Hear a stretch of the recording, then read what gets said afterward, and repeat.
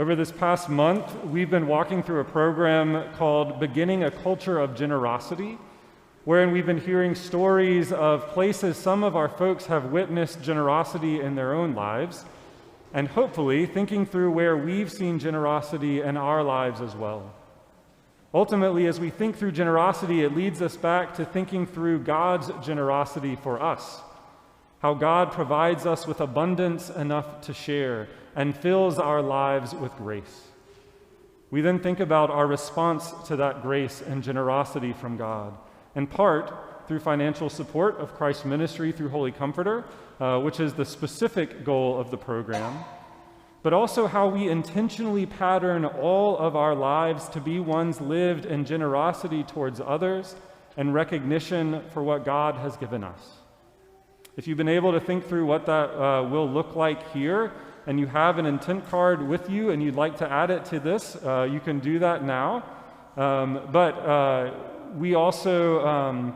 as a gesture of the intent that you have, you're also able to mail it to us, drop it by, or follow the link in your email to submit it electronically.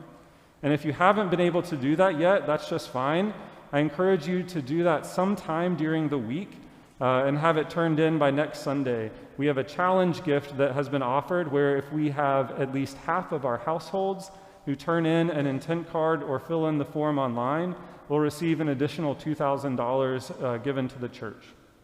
Our goal through this program is not a monetary amount, but it's a hope to encourage our members to think intentionally about how they use the gifts, financial and otherwise, that God has given them, and thanksgiving for what God has done and in support for Christ's work in the world today.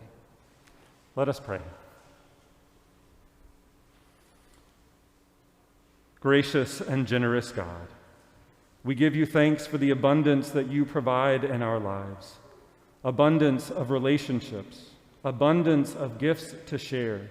abundance of your presence and grace. As we experience and witness generosity in our own lives, inspire us to be generous with all that we have and all that we are, that we might be conduits of your love and grace